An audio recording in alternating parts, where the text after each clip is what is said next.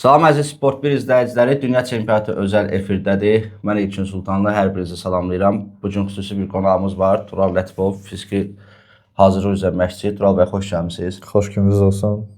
Dünya Çempionatının artıq maraqlaşdığı bir dövrə keçirik. Artıq oyunlar çoxaldıqca, fərqli nəticələr qeydə aldıqca insanların marağı da artır. Dünən 4 oyun keçirildi, bugün də 4 oyun keçiriləcək və biz bu 8 oyunu qısa-qısa müzakirə edəcəyik Tural bəy. Əvvəlcə başlayaq oyunlardan öncə mənim üçün şəxsən maraqlı olan bəzi suallar var. Bu sırf elə sizə aid bir suallardır. Ən əsas məsələ logistika məsələsi, problemidir. Komandalar çox uzun yollar qət edirlər. Hətta səhv eləmirəmsə Almaniya ilə qrupunda Almaniya komandası 3 fərqli ölkədə oynayacaq. 2 fərqli ölkədə 3 fərqli şəhərdə oynayacaq. Axırıncı oyunların səhv eləmirəmsə Ottavada keçəcək. Kanadada, indi ABŞ-da oynayırdılar. Sonra New Jersey-də oynamalıdılar. Bu logistika məsələsi futbolçulara nə qədər fiziki olaraq təsir edir və bunun nəticəsinə uyğun olaraq komandaların belə deyək nəticələri zəif ola bilərmi? İlkin bəy, ilk öncə dəvətinizə görə təşəkkür edirəm və bu verilişin, buraxılışın ərsəyə gəlməyində kimin əməyi varsa onlara da dərin təşəkkür bildirirəm.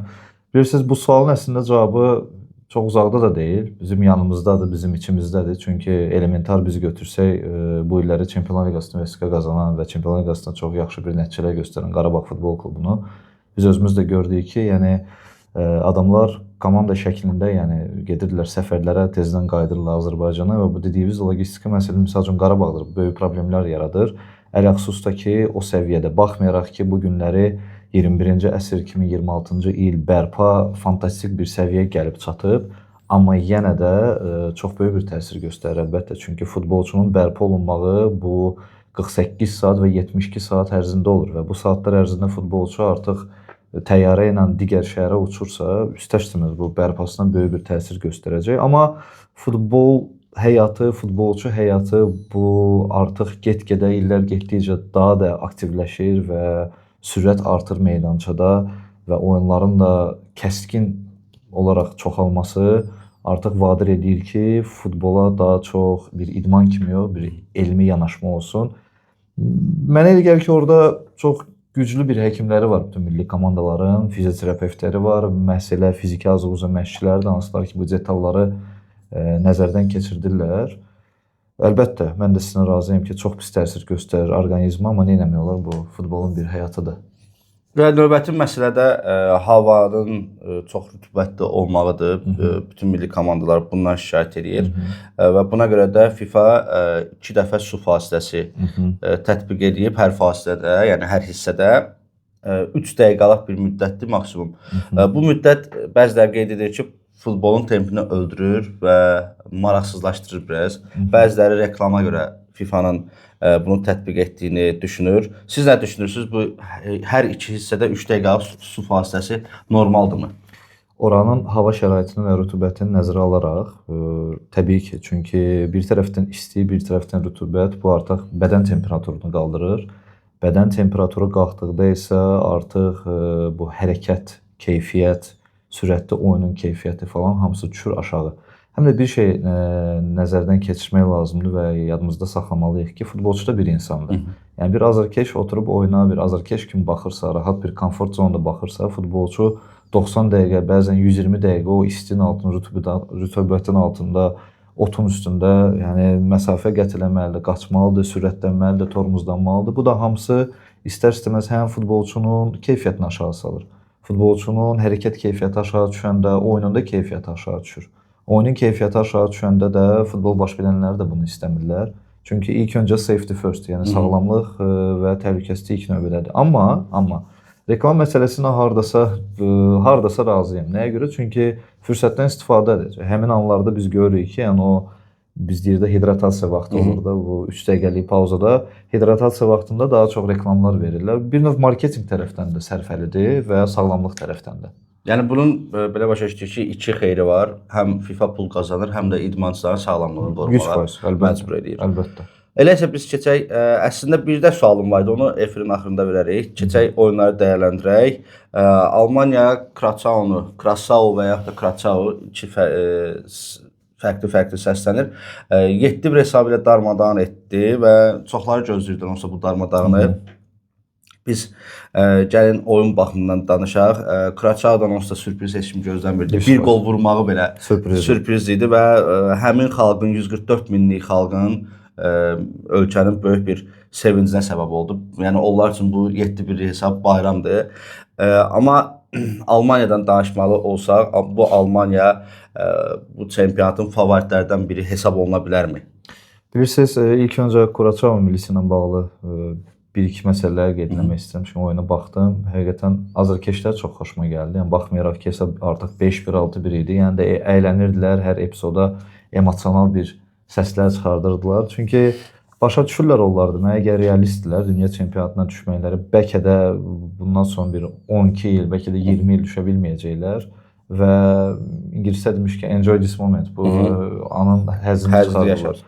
Joel Margarita vaxtilə Sabah futbolunda oynayan futbolçu da meydançaya girdi və ümumiyyətlə Krassau belə tarixlə götürsək Niderlanda daha çox yaxın olub və bir çox futbolçulara da hazırda Niderlandın bir muxtar respublikasıdır. Yəni Naxçıvan da demək olar. Sadəcə olaraq BMT müstəqil ölkə kimi tanımasa da, amma FIFA müstəqil ölkə kimi tanıyır. Ona görə də bunlar yəni keyfiyyətli futbolçular var. Həqiqətən görürük ki, futbol məktəbi olan keyfiyyətli futbolçular var. Sadəcə iki səviyyə toqquşması idi. Yəni çünki Almaniya həm futbol məktəbi tərəfdən, həm ümumi futbol tərəfdən həddindən artıq çox keyfiyyətlidir. O ki qaldı Almaniya ilə bağlı, Almaniyanın bu günləri dünya çempionatı favoritlər arasında, yəni açıq danışaq ki, real olaraq göstərilmir. Çünki biz görürük ki, hal-hazırda Portuqaliya, İspaniya, Argentina, ondan sonra bu millilərlə bağlı, Fransa bu millilərlə bağlı daha çox danışılır. Amma neçə dəfə biz görmüşük ki, Almaniya nə vaxt ki, daha çox adsanı az olan bir milli kimi gəlibsə, həmin çempionatlarda həmişə yaxşı çıxış edirlər. Həm də ki, biz görürük ki, möhtəşəm, yəni hazırlaşmış bir komandadır. Nagelsmann həqiqətən çox yaxşı bir komanda qurub 3-4-3 sxemini bəzən keçirdirlər. İkinci zonadan artıq başlayırlar oyun qurmağa. O da ki, Krassau kimi yaxşı təşkil olunmamış, sırf fərdi individual keyfiyyətlərin üzərində daha çox güvənən bir komanda ilə mübarizədə açıq-aydın görsəndi ki, rəqibi üstələyirlər. Mənə fikrimi, diqqətimi xüsusi bir şəxs çəkdi. Deniz Undav, Kürd əsilli futbolçu. Əslində bir çoxları, yəni Türkiyədə yaşayan futbol mütəxəssisləri bu futbolçunu qınayırlar ki, niyə Almaniya millisini seçdi? Türkiyədən getmiş Kürd əsilli bir futbolçudur. Və Almaniya millisinə məncə çox qatqı verəcək. Xüsusi fikir verirsə, Almaniya millisində sırf hücumçular yaxşı olanda Almaniya millisi çox yaxşı oynayır. Ümumiyyətlə, mən Zaurla da verişlərdə deyirəm ki, bu dünya çempionatının, ümumiyyətlə bütün dünya çempionatlarında mərkəz hücumçusu yaxşı olan komandalar çempion olmağı bacarır. Sadəcə bir də İspaniya tək başına bunu eləyib. O da finalda oynatdı, məcbur olub oynatdı və yenə də həm də Avropa çempionatında Deniz Undav'ın Almaniya milli komandasına nə qədər fayda verə bilər? Yəni 2 asist elədi, 1 gol vurdu. Baxmayaraq ki, rəqib Kraçau idi və yenə də türklər bu futbolçunu top atəşinə tuturlar ki, bizim hücumçuya ehtiyacımız olduğumuz bir müddət vaxtda nəyə görə Türkiyə millisini seçməyib? Bilirsiniz, ümumiyyətlə Almaniya milli komandasının bu oyun üsuluna biz baxanda görürük ki, daha çox half space'lərdə çoxluq təşkil edirlər. Bu mərkəzlə cinah arasında olan zonalardır və orada çoxluq təşkil eləyərək bir növ rəqibə tələ qurur. Və Nagelsmann da yəqin ki, Deniz Undav'ın belə deyək, beli rəqib qapısına tərəf oyununu çox bəyənib. Çünki mən gördüm ki, həqiqətən çox böyük oyun fazasında çox böyük bir qatqı verir milliyə. Ümumən Almaniya milli komandasında, yəni biz belə baxsaq, bu günləri bizim üçün bəlkə də tam belə böyük ulduz səviyyəsində sayılacaq bir adlar yoxdur. Yəni açıq danışaq ki, Wirtz hələ o səviyyəyə çatmayıb. Havertz həmişə o elit futbolçular təbəqəsinə yaxın olan, amma oraya yaxınlaşa bilməyən, Schlotterberg, bir də Neuer'dir. Bir də biraz hardasa Kimmich sayılır. Amma ümumi olaraq komanda şəklində çox yaxşıdırlar. Yəni mənə elə gəlir ki, bu günləri Deniz Undav yox. Misal üçün bu vaxtı ilə Almaniya aşağı yaş kuplarında Renat Dadaşov da oynayıb Almaniyada. Yaxşı da nəticələr göstərir. 17 yaşa qədər. Yəni vaxtilə misal üçün özünü Almaniyada yaxşı tərəfdə göstərib Almaniyanı seçib bu günləri bu milli komandada Renat Dadaşov da belə oynasaydı, yəni də komandaya bir xeyir dəyəcək. Çünki sistem olaraq çox gözəl qurulublar. O ki qaldı Türkiyə milli komandasının Deniz Ünlüdə. Valla mən belə məsələlərdə məsələyə biraz detallı yanaşmağı çox xoşlamıram. Yəni insan da yəqin ki seçim eləyir. Bu da onun seçimidir. Yəni bir insan bu günləri Türkiyəni yox, Almaniyanı seçirsə, futbol prizmasından biz deyək, mən çox siyasiləşdirməyi və vətən xaini falan söhbətini də çox xoşlayıram. Bu futbolçudur, yəni bu bunu seçib. Amma hardasa çıxıb desə ki, mən Almanam, mən Türk deyiləm, o onda artıq böyük problem ola bilər. Renat Dadaşovla bağlı məsələni aydınlaşdırım. Renat Dadaşov özü yaş tərəfdən göstərirdi. Sadəcə olaraq Almaniya millisini seçmədi. O vaxt Eintrachtın səhv eləmirəmsə idman direktoru da belə bir açıqlama vermişdi ki, özü öz seçimi ilə karyerasını məhv elədi. Çünki Renat Dadaşov Almaniya millisinin əsas üzvlərindən biri ola bilərdi. Səhv eləmirəmsə 17 milli komandasında yaxşı göstəricilər var. Bəli, bizdə də Kaspian Cup'ın qalibi olmuşdu, səhv eləmirəmsə. Burada Almaniya ilə. Almaniya millisi ilə bəli Kaspian Cup'ın qalibi olmuşdu. Hətta bombardir olmuşdu. İspaniya Almaniya oyununda da qol vurmuşdu. Belə bir burada da müsahibə götürmüşdük. Çünki onun qardaşı bizdə oynayırdı. Rüfət Dadaşov. Bu aləvi məsələlər ona həm də ki keçmiş AFFA rəhbəri də yaxşı pul verərək onun Azərbaycan millisini seçməsinə səbəb oldu. Amma bizim məsələmiz Azərbaycan futbolu deyil. Keçirik Dünya Çempionatının Y qrupunun digər oyununa. Mənim üçün hələ ki ən sürpriz nəticədir. Fil dişi sahilləri Ekvador oyunu. Çünki bizdə qonaq olan və elə bizim özümüz də, Zaur da, mən də bu qrupda Ekvadoru daha favorit sayırdıq. Fil dişi sahillərinin Côte d'Ivoire millisinin Drogba nəslindən sonra çox zəiflədiyini bildirirdi. Amma görünür ki, belə deyilmiş. Fil dişi sahilləri Ekvadoru 1-0 hesabı ilə son dəqiqələrdə vurulduğu qol sayəsində məğlub etdi. Amad Diallo. Hansı ki Manchester United'ın oyunçusudur. Və mən bu qrupu müzakirə edəndə Zara demişdim ki, bu futbolçuya diqqət etmək lazımdır. Amad Diallo, o da bildirilmişdi ki, Türkiyə heyətində Arda Güler falan var. O qədər güclü hesab olunurlar, amma bu futbolçu öz sözünü dedi. Fil dişi sahilləri artıq belə deyək də, Krasanın da məğlub yəqin ki edəcək. Böyük ehtimalda play-offa çıxacaq. Bir xal belə alsa Krasaodan, yəni çox rahatlaşdırdılar özlərini, Ekvadoru məğlub edərək. Artıq Ekvador qara-qara düşünməlidir. Bu qrupda ən yaxşı heç olmasa 3-cü olmağı bacarmalıdır. Ən yaxşı 3-cü kimi getməlidir. Yəni bundan sonra 6 xal yığa inanmıram. Yəni Almaniya məğlub edələr. Qarşıda Krasaonu bir də Almaniya oyunları var. Krasaonu tutaq ki, məğlub elədilər. Yəni məğlub edə bilərlər, o potensialdadılar, yaxşı heyəti var, amma Almaniya ilə qarşı dual əməlidəki 3 xala olan komandaların sayı az olsun. Az olsun. Ümumən Ekvador pis çıxış eləmədi və həqiqətən yəni hücumda biz gördük ki, keyfiyyətli hücumlar qurdular. Sadəcə bitiricilikdə böyük problem yaşadılar. Komandanın kapitanı Valencia artıq səhv eləmirəmsə 35 yaşındadır. Yəqin ki, onlarda da biraz bu hücumçu ilə bağlı problem varsa, ya eyni ilə biraz belə bir məsələdir ki, Valencia komandanın lideridir və mütləq oynamalıdır. Amma deməzdim ki, zəif çıxış elədi. Valencia yaxşı oyun sərgilədi dünən.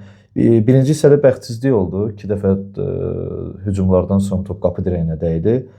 Amma Côte d'Ivoire-ın nəyə xoşuma gəldi? Çox gözəl qapanmışdılar. Və nəzərə alsaq ki, komandanın lideri Amad Diallo'dan çox Kessiyedir. Bəli.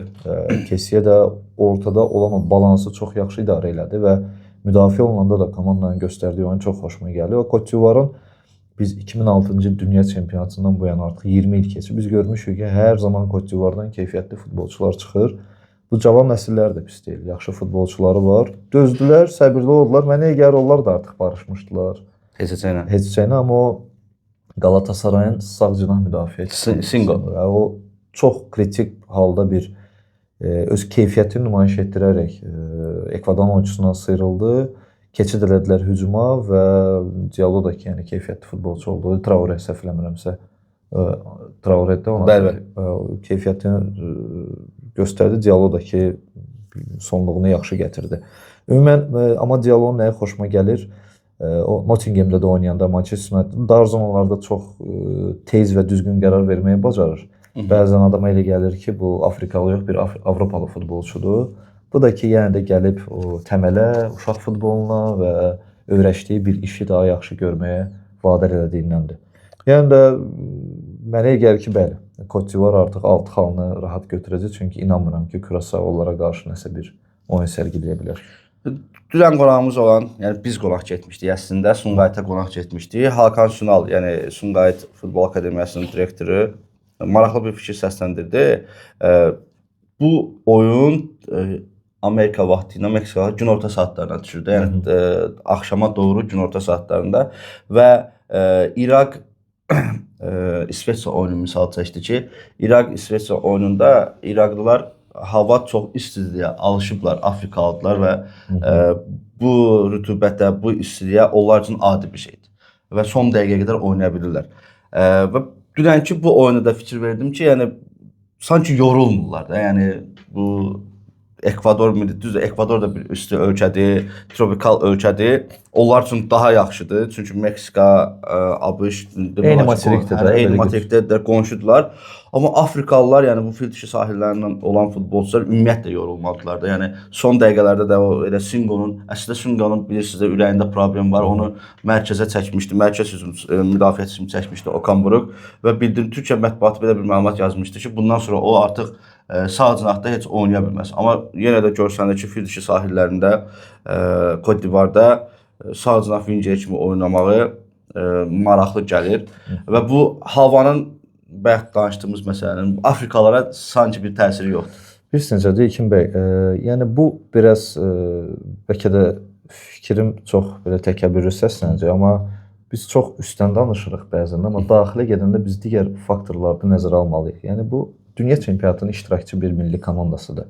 Əgər tutalım ki, deyirəm bir Avropadan gedən milli komandadır və yaxud da ki, Afrikadan gedən milli komandadır, o bilir artıq saat neçədə oynayacaq, harda oynayacaq, necə oynayacaq. Şükürlər olsun, bugün elə bir dövrdə yaşayırıq ki, biz misal üçün deyirəm bir aydan sonra İsveçə getməliyik. Biz artıq bir aylıq İsveçin hava proqnozuna baxa bilirik. Düzdür, kataklizmalar olur, amma plus minus eyni olur. Yəni sözümü nəyə gətirəm? Bütün milli komandalar hazırlaşırlar. Yəni bu günləri mən bir baş məşqçi olsam və mən milli komandanın məşqçisiyəm, bilirəm ki, mən gedib Amerikada oynamalıyam və Amerikada günorta saat 3 olanda bizdə gecə saat 3 olursa və adapt məsələsi var da, adaptasiya. Onlar artıq bütün yükləri gecə saat 3-də deyirlər. Ki onun bədəni, orqanizmi hazır olsun. Bir misal deyim, vaxtilə öz gözümlə gördüyümü. Azərbaycanın futbolcu milli komandası vaxtilə dünya çempionatında səhv eləmirəmsə Kolumbiyada keçirilirdi. Bəli. Ora hazırlaşanda bütün yoldaşlıq görüşlərini gecə keçirdirdilər. Gecə saat 2-də, 3-də, 4-də. Çünki ora gedəndə artıq hazır olsunlar.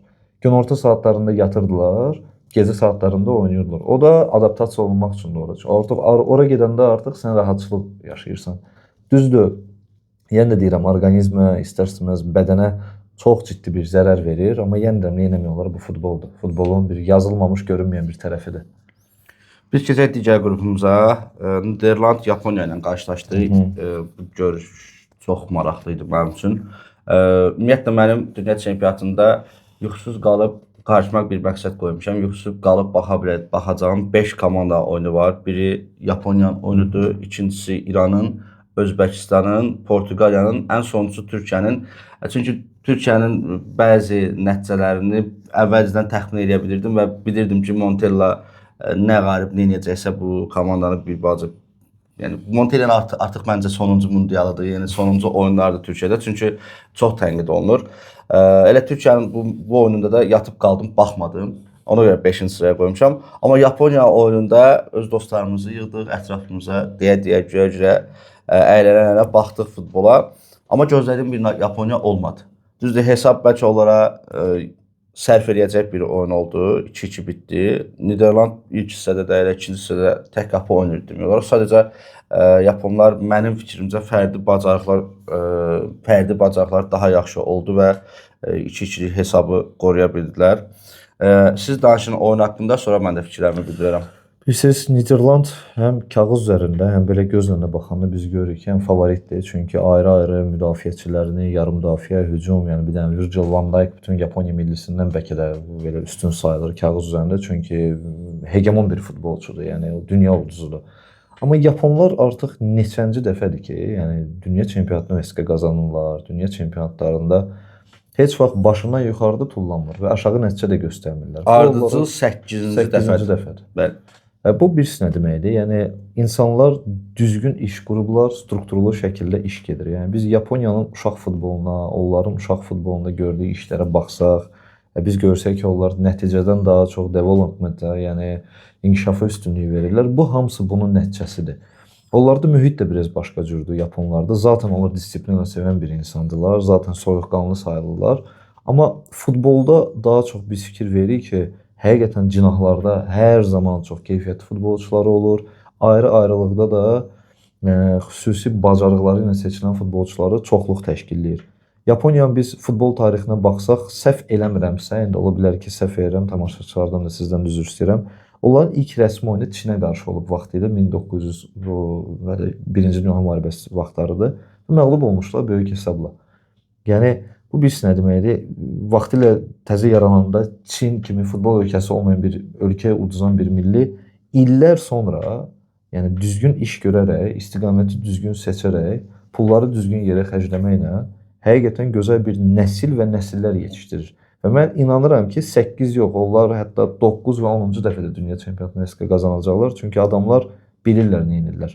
Mən elementar Azərbaycanda Neftçi heyətində çempion olmuş Keisuke Honda yadıma gəlir. Yəni adam 2 saat əvvəldən gəlirdi bazaya və bütün prosedurları eləyirdi, masajını eləyirdi, iynə terapiyasını eləyirdi, kinezioloqu var idi özünün. Ondan sonra çıxırdı məşqə. Və Hondaya bir dəfə sual verdim ki, yəni bu sırf sizin şəxsi öz işinizdir. Adam da mənə dedi ki, yəni tək mən yox, biz olaraq ümumi götürsək Yaponiya milli komandasında 8-9 dənə futbolçu var ki, bizim öz şəxsi həkimimiz var.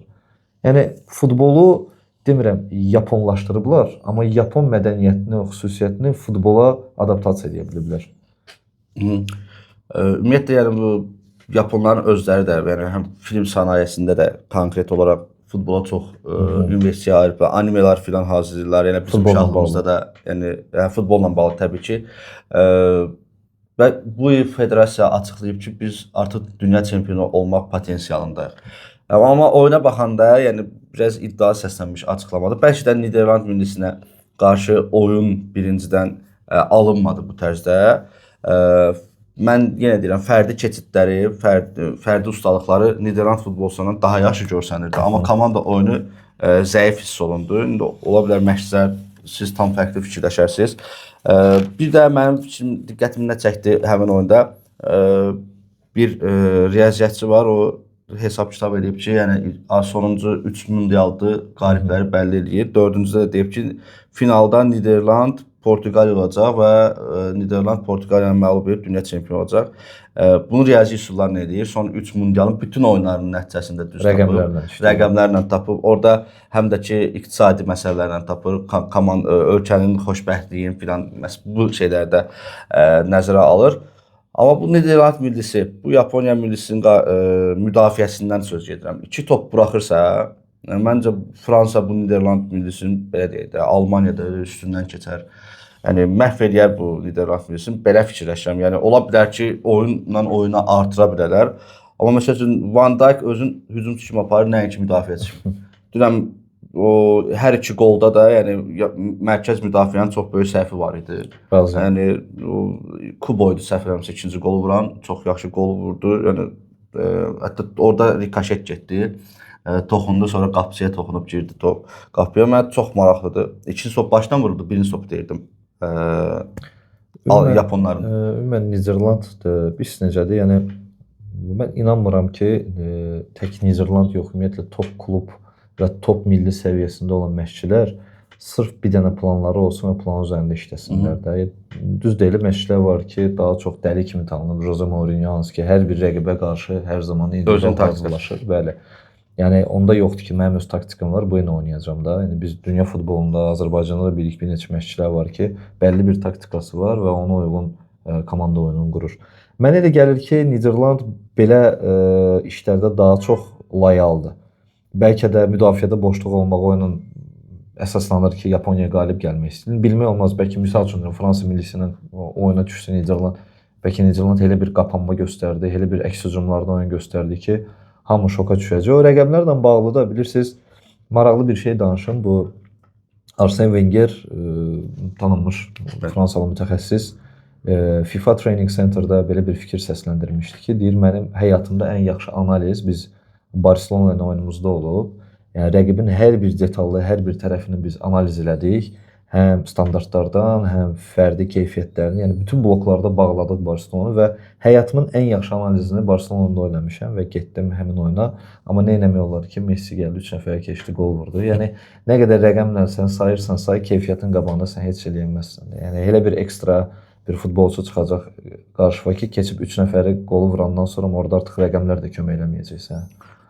Mən ən çox da qıcıqlandıran bir 72-lik futbolçunun başda qol vurması oldu da. Yəni Niderland millisinə, yəni o vaxt Nurlan Novruzov hücumçu Bakıda oynayırdı. Başdan çox qol. Bəli, Qarabağdan bombardir olmuşdu. Qarabağla səhv eləmirəmsə 2-2 eləmişdilər. 2-2, bəli. Mətbuat konfransında Qurban Qurbanov sual verdik ki, çox adam Nurlan Novruzovu bəyənmir hücumçu olaraq, bombardiyə layiq görmür, amma bu gün 8 gol vurdu. O da qayıtdı ki, mən də futbolçularım qıradım ki, Nurlan da yoxdur, 2 dənə sizə başdan qol vurmağı. Biraz balaca boy olduğuna görə. İndi yəni Yaponiyada, Niderlanda yoxdur. Yəni başdan qol vurmağı biraz qəribədir. Mən bu Niderland Amma mümkündür. Amma mümkündür, hə, amma bu Niderland millisinin favorit görmürəm artıq. Birinci oyundan sonra konkret dünya çempionu. İcazənizlə bir şey deyəcəm. Biraz futboldan kənar vaxtilə yəni belə öz gözümlə görməsəm də eşitdiyim bir məlumatdır. Voleybol üzrə Tayland milli komandası var idi. Bir ara qızıl nəsilləri var idi. Yəni əməlli başlı dünya çempionatlarında yaxşı nəticə göstərirdilər. Onların deyirlər ki, əsas üstünlükləri elə sırf yəni bu preguchis deyirlər də ruslar. Yəni tullanmaqları çox idi. Yəni ona görə elə birinci blokda da falan birinci üstünlüklərə keçmişdilər. Məsəl üçün bu qrupda İsveç millisi var. 2 dənə super hücumçusu var da, yəni Gyökeres və İsak. Yəni bu müdafiənin Niderland millisi müdafiəsinin yəni rahat şəkildə üstələyə bilər. 5-1 hesabı ilə Tunisi məğlub etdilər. Onsa bu qrupda İsveçi ölüm qrupudur ümumiyyətlə bu qrup. Razıyam. Və məndən olsaydı, yəni bu qrupda 3 komanda heç oynamadan konkret keçirmək lazımdır. O play-off'a ki, yəni haqsızlıq olar. Məsələn bu qrupda indi ta ki Yaponiya İsveçi məğlub eləsə, İsveç gedib Niderlandla keçirsə, yəni biraz 2 komanda çıxsa bu qrupa haqsızlıqdır da. Yəni bu həqiqətən yəni bu komandada 3 gəlsin o birisi qrupda fil dişi sahillərə çıxsın, amma bu qrupdan İsveç qalsın, Yaponiya qalsın və yaxud da Niderland qalsın, futbolun ədalətsizliyi olar. Çünki çox yaxşı komandadılar. İsveç 5-1 hesabı ilə Tunisi darmadağın etdi və gözlənilirdi onsuz da. Sadəcə o bayaq dediyim hava məsələsindən biraz ehtiyat etmək olardı. Çünki İsveçin başına gələn İsveçin də başına gələ bilərdi. İraq son dəqiqədə.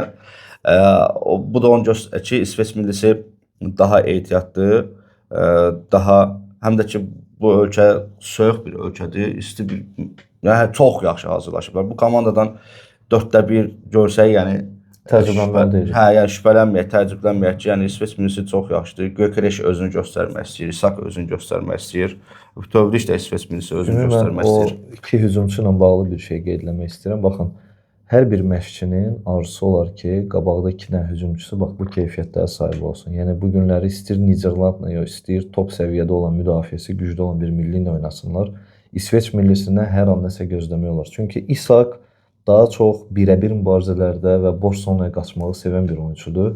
Gyökeresdə fiziki gücünə və daha çox mübarizəsinə və fiziki kontaktlardan qaçmayan bir hücumçudur. Və bu ikisi bir-birini tamamlayır. Yəni biri belə deyək də mübarizələrdən çəkinmir, daha çox ikinci toplara top atmaq üçün məşğuldursa, boş zonlara qaçanda İsakdır. Yəni həqiqətən ikisi bir-birini tamamladığına görə bu da hardasa Tunisin də başına oynaşdı, amma yaddan çıxartmayaq ki, çox balanslı və çox disiplinli, keyfiyyətli bir heyətləri var. Əsas da ki, mərkəz zonası çox xoşuma gəldi. Komanda həqiqətən yaxşı oyun göstərdi, amma yəni də təzyiq məsələsi var. Yəni Tunis o dərəcədə təzyiqləmədi. Digər oyunlarda mənə maraqlı gəlir. Məsəl üçün İsveçlə Niderland oyunu çox mənə maraqlı gəlir. Görək o oyunda nələr ola bilər, necə çıxış edə bilərlər. Mən düşünürəm ki, İsveç bu iki komanda açısından da daha güclü heyətə malikdir komanda baxımından. Çünki Yaponiya Niderland oyununa sırf 90 dəqiqə baxdım və elə təhlil edəcək tərzdə baxdım. İstənilən səviyyədə oyun, yəni bizim o gözlədiyimiz wow olacaq. Adicə bir belə deyim də, yəni üçün mənə ən çox maraqlı olan ötən mövsüm Neftçinin Venedubunun Qarabağa qarşı nə edəcəyi idi. 5-1-də fiyaskoya uğradı fikirlərim. Amma növbəti oyunda Verndub öz gözünü göstərdi. Orada zədəli oyunçular var idi, vərəqə məsələsi falan var idi. Neftçi biraz heyət baxımından kasad idi. Hər iki oyunda da birinci hesab 5-1 olsa da, sonra 2-1 Neftçi olsa da hər iki oyunda sürət baxımından, oyun baxımından istədiyim kimi idi. Amma bu Niderland Yaponiya oyununda istədiyim kimi deyildi. Yəni biraz Yaponiya çox bəlkə də oyunu çox söndürdülər deyə. Qapandılar, sönük oynadılar. O qədər də olmadı. Fərdi bir keçidlər çox olmadı, bəli. Bir növ hər ikisi elə bir ki, razı idilər ki, gəl 2-2 eləyək, biz İsveçə çıxaq. Da belə bir fikir razılaşmışlar. Mən elə fikirləşəm. Yasin Ayari bir qol vurub 2 asist elədi İsveçin heyətində. Maraqlı məqam burasındakı Tunislidir adam. Əslən Tunislidir. Öz vətənin, yəni belə deyəm, pis günə saldı. Brighton futbolçusudur. İsveçdə çoxdur ümumiyyətlə. Hə, bu tipdə futbolçular çoxdur. Mərakeş, bu ölkələrdə olanlar çoxdur. Eşitdiyimə görə Azərbaycanlılar da çoxluq təşkil edir. Orada bir o Emin Nuri var idi. Yadıma gəlir. Emin Nuri var idi. Milli komandamızda bir oyuna gəlmişdi. Kalmarda oynayırdı. Kalmarda oynayırdı, bəli. Bir dəfə də müsahibə götürmüşəm ondan. Bir dəfə də sonra dedi ki, qardaş, mən peşman olmuşam Azərbaycan millisini seçməyə, kaş seçməzdim. Çünki orada artıq legioner sayılır. Düz İsveçdə o şeylərə çox fikir vermirlər, amma qiymət baxımından dəyişir də. Azərbaycan millisinin futbolçusu təbii ki, daha az maaş almalıdır. Dünyada belədir. Biz növbəti oyunlara keçək. Bu gün də 4 oyun keçiriləcək. Əslində bu gün və sabah sayılır. Yəni biz standart olaraq bu gün deyirik. Saat 8-də, yəni 20:00-da İspaniya Cabo Verde ilə qarşılaşacaq. Dünya çempionluğu olmağa əsas namizədlərdən bir çoxları da 1 nömrə olaraq göstərilir. Hətta bookmaker kontorları da ən az koeffisiyenti İspaniyaya verir, belə deyək də. Yəni əsas favorit kimi onları görürlər. Əsas favorit kimi İspaniyanı göstərirlər. Çünki sonuncu Avropa çempionlardılar. Nə gözləyirsiniz İspaniyanın bu oyunundan? Açığı, misal üçün Curaçao ilə bağlı biz danışanda başa düşürdük ki, vəziyyət nə yerdədir. Demirəm ki, Cabo Verde güclü bir nəsə göstərə biləcək İspanlara qarşı, amma Cabo Verde'nin heyətində həqiqətən seçilən bir futbolçular var. Bu Ryan Mendes, vaxtında Manchester United'da oynayan Bebe, düzdür, yaşları çox olsa da təcrübəli oyunçulardır və keyfiyyətləri də var. Onlarda Livramento var, çox yaxşı, yəni komplektləşdirilmiş bir milli komandadır. Mənə gəlir ki, start baskınını dözə bilsə Cabo Verde, söhbət ilk 15-20 dəqiqədən gedir. Qapana bilsələr, İspanlara qarşı hansısa bir nəticə əldə edə bilərlər. Amma İspaniyanın fərdi keyfiyyətləri fantastik səviyyədədir. Yəni biz Yamal, bir dənə Yamal, yəni mövzu bağlanır da. Yəni adam rahatçılıqla 2 nəfəri keçib artıq Barcelona'ya gedib bir oyunçu sayında da üstünlük yarada bilən bir oyunçudur. %100 İspanya favoritdir. Yəni hesab 7-1, 6-1, nə bilim 5-0 bu tipdə olsa şoka düşmərəm. Amma eyni zamanda yenə deyirəm, bu start baskınına dözə bilsə Cabo Verde bir 15-20 dəqiqəlik mənə gəlir ki, az hesab hardasa qeyd oluna bilər. Amma favorit yəni üstümüz İspanlardır. Yəni bu göz önündədir. Niyə də gəlirəm o rütubət və hava məsələsinə günorta vaxtlarına düşür və Afrika ölkəsidir Cabo Verde. Onlar bundan istifadə edə bilərlər. İspanlar çox belə, düzdür, onlar da Mərakeşə çox yaxındılar. Aralıq dənizin sahilləri filan. İspanlar da artıq alışıblar o hava rütubətinə, amma nə qədər olmasa da Avropadır. Cabo Verde bizə biraz doğmadır. Çünki Azərbaycanda 2 Cabo Verde millisinin üzvü olmuş 2 futbolçu çıxış edib. Yəni onların niyə getmədiklərindən bağlı danışa bilərik. Leandro Andrade Qarabağ futbolçusu və Qarabağın sabiq futbolçusu Patrick Andrade hazırda Araz Naxçıvanda çıxış edir. Bunlar da Cabo Verde millisinin üzvləri idilər. Patrick Andrade'nin nəyə görə milliyə çağırılmadığını son zamanlarda bəlkə performansı zəiflədiyinə görə çağırılmır, ola bilər. Amma Leandro Andrade'nin çağırılmamasının səbəbini konkret bilirəm. Çünki Azərbaycandan Cabo Verde'yə getmək üçün 3 təyyarə dəyişməlisən. Və Leandro Andrade də mütəmadi milliyə çağırılanda Leandro Andrade federasiyaya deyib ki, ödənişi siz qarşılayın buradan gəlməyə. Yəni vaxt məndən gedir, yorğunluq məndən olur, amma heç olmasa ödənişi siz eləyin, mən gəlim təsdiqat mərkəzinin oyunlarına. Cabo Verde federasiyası da bunu qəbul eləməyib. Və sonradan dünya çempionatına vəsqə qazananda Leandro Andrade menecerləri müraciət edib ki, yəni ki, Qarabağda bu il çox möhtəşəm mövsüm keçirdi həqiqətən də. Onları da imtina elədi. Hə, biz öz köməklərini təklif ediblər. Leandro Andrade milli komandada oynamaq istədiyini bildirib. Onda da federasiya deyib ki, yəni sən seçmə mərhələdə bizə belə bir şərt qoydun, biz də səni istəmirik. Kimlər vəsqə qazanıbsa dünya çempionatına, onlar da oynayacaqlar. O qədər də ulduz deyilsən, yəni.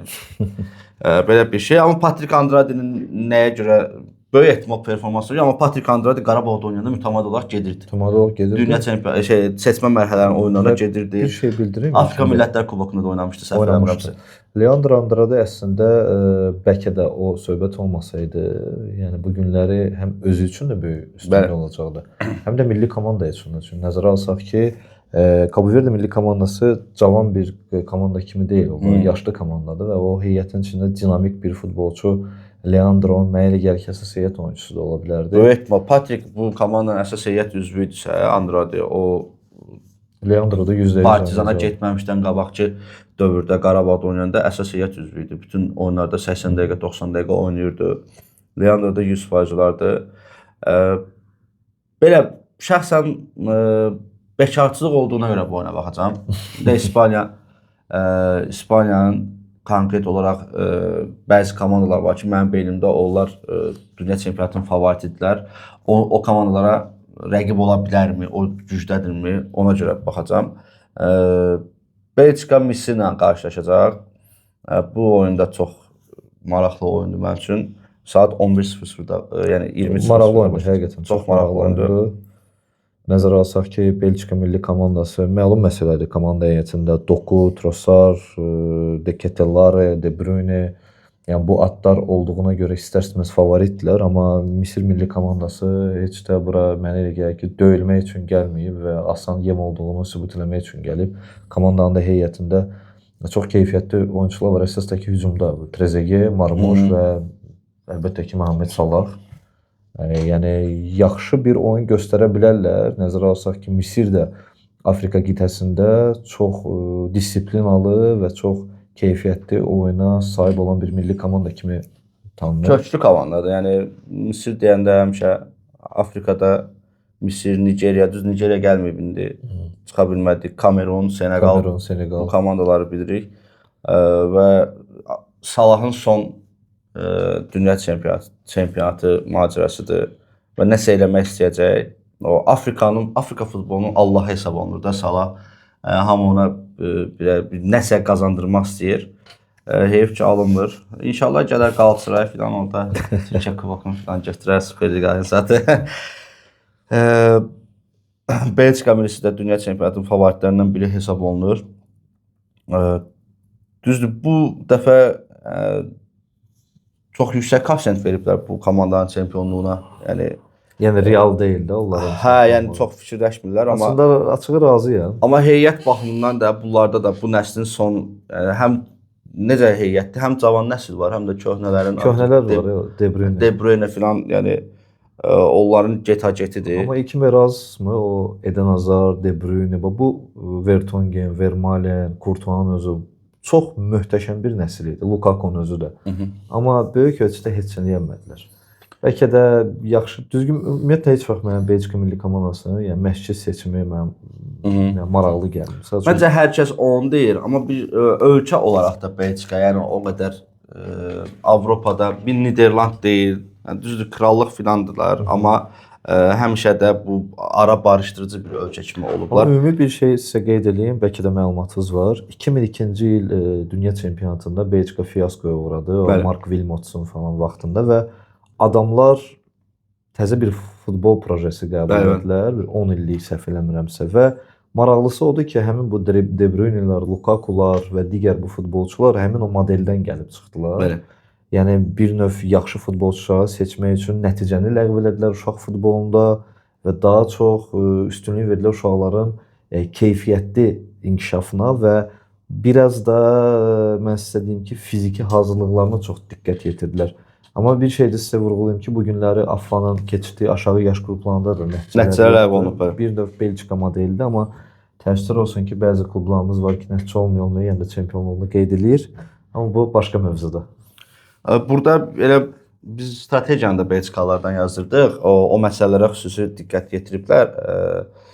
Çox yaxşı da pul xərcləmiş, amma həyata keçirməyə artıq pulu yoxdur Çətindir. AFFA-nın. Məsələ burasındadır ki, bizdə Belçikalıların yazdığı uşaq futbolu ilə bağlı strategiyanı həyata keçirəcək mütəxəssislər yoxdur. Biz mütəxəssis yetişdirə bilmirik. Belçikalılar 10 il ərzində bu komandanı formalaşdıra bildilər. Məsəl üçün Gudjon Songel yadımdan çıxdı ölkənin adı. İslandiya buzluqların içində sintetik stadion tikdilər, balaca stadionlar tikdilər. Onlar da 10 il ərzində bunun nəticəsini görə bildilər. Çünki onlarda mütəxəssis var idi. Amma bizdə yoxdur. Keçək Səudiyyə Ərəbistan Uruqvay oyununa bir şey də qeyd edeyim icazənizlə. Buyurun. Mən 2024-cü ildə Serbiyanın paytaxtı Belqradda bir praktika keçmişəm Crvena Zvezda komandasında. Və inandırım elə qısa deyəcəm. Biz bir məşqçi imkanımız var. Toğrul Bilallı Zirəyan Əvəzedici heyətində köməkçi məşqçidir. O da fitness koçdur. Yəni UEFA lisenziyasına sahib. Biz orada oturanda bizə ilk sualları birisi oldu. Sizin üçün futbol science or sport? Yəni elmdir yoxsa idmandır? Mən orada Toğrula dedim ki, Toğrul deyəsən vəziyyət pisdir. Bunlar bizi sıxışdırdılar divara. Yəni adamlar Avropada artıq elmi üstünlük verirlər. Yəni futbol elmi var. Futbol fəlsəfəsi var. Şimdi futbola daha çox pul ayıran ölkələrdən biri Səudiyyə Ərəbistan, Uruqvay ilə qarşılaşacaq. Mütəmadi olaraq dünya çempionatına gələn komandalardan biridir Səudiyyə Ərəbistanda. Bunlar konkret reklama pul xərcləyirlər də. Yəni hiss olunur ki, futbolu nə bilim daxildə Səudiyyə Ərəbistanda. Bəli, Səudiyyə Ərəbistanda Ronaldonu gətirdilər, nə bilim Neymarı apardılar, kimləri aparmadılar da. Amma milli komandaları heç cür inkişaf edə bilmir. Çempionatları baxırsan ki, bəzi Ronaldonun oynadığı, Neymarın oynadığı stadionlarda dolu olurdu. Digər bir dənə oyun var idi, hansı oyun idi o? 45 nəfər gəlmişdi də, yəni çempionat oyununa. Mən də yadıma düşdü Qəbələ Zirə oynuyordu. Ya onlar o boyda pul xərcləyirlər, biz bu qədər heç pul xərcləmirik. Yenə Qəbələ Zirə oyununa 45 azarkeş gəlir, bunlara da 45 azarkeş gəlir. Və bu ölkənin milli komandası Uruqvay ilə oynayacaq. Favorit məncə Uruqvaydır. Yəni düzdür, Messini məğlub etmiş, Messinin komandası məğlub etmiş bir Səudiyyə Ərəbistan var. Amma heç nə edə bilmədilər, qaldı klubda. Bir sürpriz eləyə bilərlər. Həmişə bir sürpriz eləyirlər. Nəsə bir şey olur. Nəsə olur. Amma məncə elə bunların sürpriz eləyəcəkləri bir məsələ yaxşı olar ki, yəni Cabo Verdeyə 4-5 dənə top vurub bəlkə ən yaxşı 3-cü kimi gedə bilərlər də. Yəni mən belə fikirləşirəm Səudiyyə Ərəbistanla bağlı. Mən Səudiyyə Ərəbistanla bağlı belə bir məlumat verim. Onların futbolunu, uşaq futbolunu, akademiyalarını çox böyük bir araşdırma aparmışam son 2 ayda. Vaxtilə Səudiyyə Ərəbistanı Məhd Akademiyasında çalışan bir məşqçi var, Steven Jones. Yəni Liverpooldan da özü, İngiltərəlidir. Adam professordur, fiziki hazırlıqçı artıq professordur və dərs deyir, mentordur. O Səudiyyə Ərəbistanda işləyib və oranın bəzi özəllikləri mənə danışanda mən həqiqətən şoka düşdüm ki, bir Səudiyyə Ərəbistan artıq 10 ildir ki, adamlar əməlli başlı futbol inkişafına çox ciddi başlayıblar fikir verməyə. Bu da birbaşa yəni yuxarıdan, krallıqlardan, bu krallardan gələn bir şeydir. Çünki baxın, Əl-Nasr, Əl-Hilal, Əl-İttihad və bir neçə olan komandalar və uşaq futbolunda olan bir neçə akademiyalar var ki, bax elə o akademiya deyirəm, Məhd Akademiyası, izləyicilər də araşdıra bilərlər. Adamlar tək futbol deyil, onlar bir idman klubu olaraq, uşaq idman klubudur. Voleybol, basketbol, yüngül atletika, taekwondo, digər idman növlərində Avropada öndə gedən mütəxəssisləri çağırıblar ora. Və hər bir idman sahəsində olan professorları çağırıblar ora və onların da yanına həm Səudiyyə Ərəbistanlı, həm də xarici məşqçilər çağırıblar. Gözəl bir koalisiya qurublar və iş görürlər. Oradan da son illər çox keyfiyyətli futbolçular çıxır. Səudiyyə Ərəbistan lideri Əl-Dafsaridir. Villarrealda oynayıb adam vaxtilə. Düzdür, hamı çox gözəl bilir, detallar araşdırmaya yəni görür ki, Səudiyyə Ərəbistan şəxsən o maaşını verib.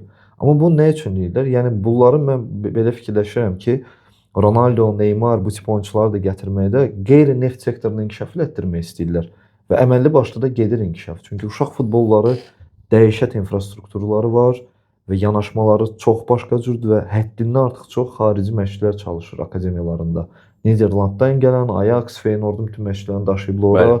Digər şəhərdə Barselonada məşqçilər daşıyıblar. Serbiya, Sloveniya bu fiziki hazırlıqca məşqçilər daha çox üstünlüyü təşkil edən millətlər, ölkələrdir. Onlar da hamısı oradadılar. Və biz futbol coğrafiyasına baxanda görürük ki, hər bir ölkədən mütəxəssisləri söhbət uşaq futbolundan gedir, təməldən yönəldiblər Səudiyyə Ərəbistanına və mən çox deməyim, bəlkə də bir 10 ilə Səudiyyə Ərəbistandan keyfiyyətli belə Salah tipdə və yaxud Marmuş tipdə bir futbolçular çıxsa mən şoka düşməyəcəm. Çünki adamlar əməlli başlı iş görürlər, inkişaf etmək istəyirlər. Veriş biraz tam başqa istiqamətdə gedir, amma bunu demək məcburiyyətindəyəm. Yəni əslində Səudiyyə Ərəbistanının neft ehtiyatları yaxın 100 ildə bitəcək və krallıq fikirləşib ki, necə edə bilərik ki, biz yəni bu varlığımızı qoruyaq. Və bunlar Amazonun səhmlərini alıblar, PlayStation'ın səhmlərini alıblar. Bildiyimiz bütün o böyük şirkətlərin bir çoxlarının, yəni orada bir səhmləri özlərinə böyük bir şirkət yaradıblar və o şirkət yavaş-yavaş həmin səhmləri alır. Və sadəcə olaraq Səudiyyə Ərəbistan krallığı fikirləşdi ki, yaxşı bu şirkətin güclü, yaxşı bir şirkət olduğunu necə dünyaya çatdıra bilərik? Futbol vasitəsilə dünya ulduzlarını gətirirlər Səudiyyə Ərəbistana ki, yəni mən düşünmürəm ki, Səudiyyə Ərəbistan sırf futbolçu yetişdirək, futbolçu sataq və ora investisiya qoyaq ki, futbolumuz inkişaf eləsin. Futbol vasitəsilə ölkəyə marağı artırdılar və həmin ölkənin də şirkətlərinə maraq artıq avtomatik artır ki, bu ölkə güvənilir ölkədir, bu ölkə yaxşı ölkədir, insan haqlarını dəyişdilər, artıq qadınlara səs vermə hüququ verdilər, futbola gəlməyə icazə verdilər. Bunların hamısı artıq o neft ehtiyatlarının bitməsi ilə bağlıdır. Ümid edirik ki,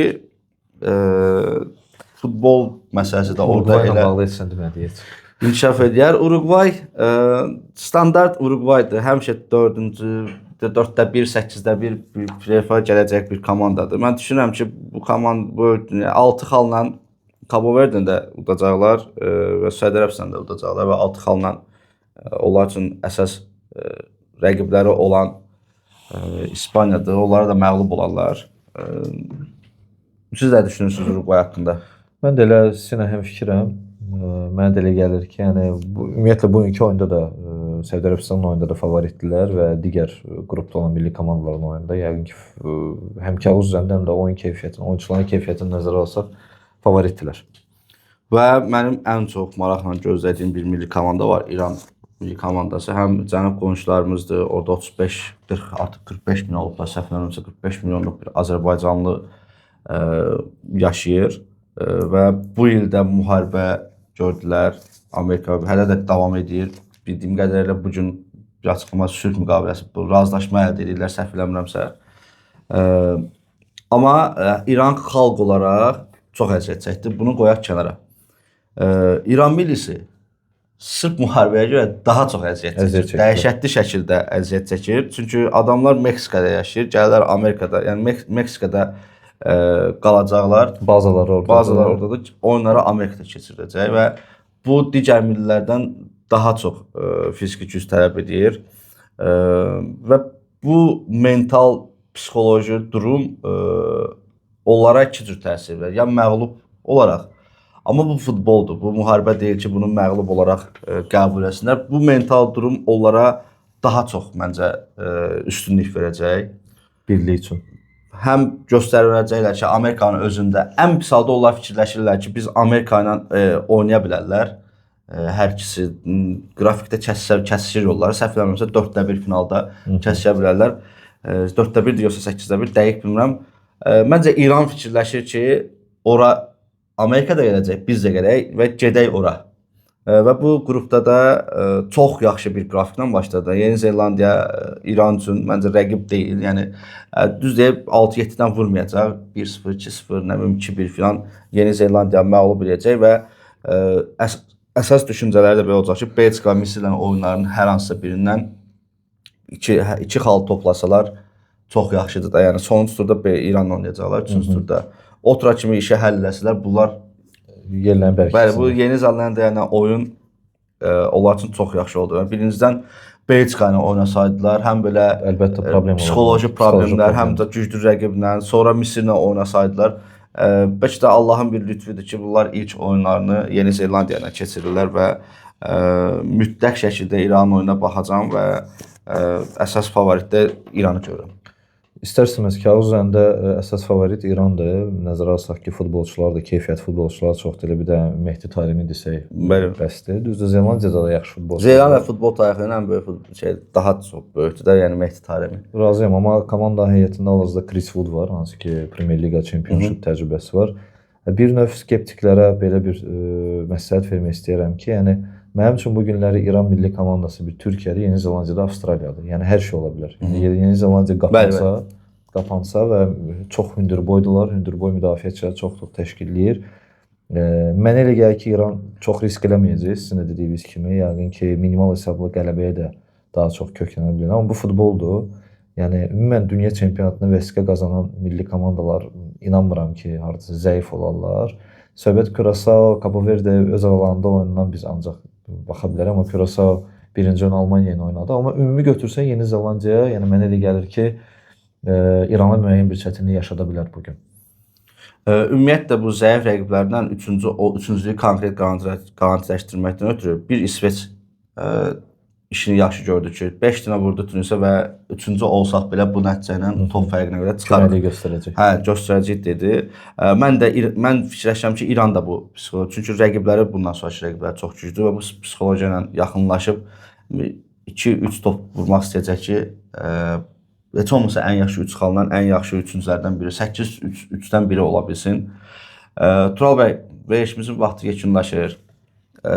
Çox sağ olun ki, gəldiniz və çox fərqli bir tərzdə söhbət edirik. Düzdür, mən də uzun müddətdə aparmırdım, ancaq zar aparırdı. Darıxmışdım danışmaqdan ötürü. Təşəkkür edirəm sizə. Mən sizə təşəkkür edirəm, minnətdaram dəvətiniz üçün. İzləyicilərimizin də xahişimiz var ki, kanala abunə olmağı, videolarımızı bəyənməyi unutmayın. Sağ olun, salamat qalın.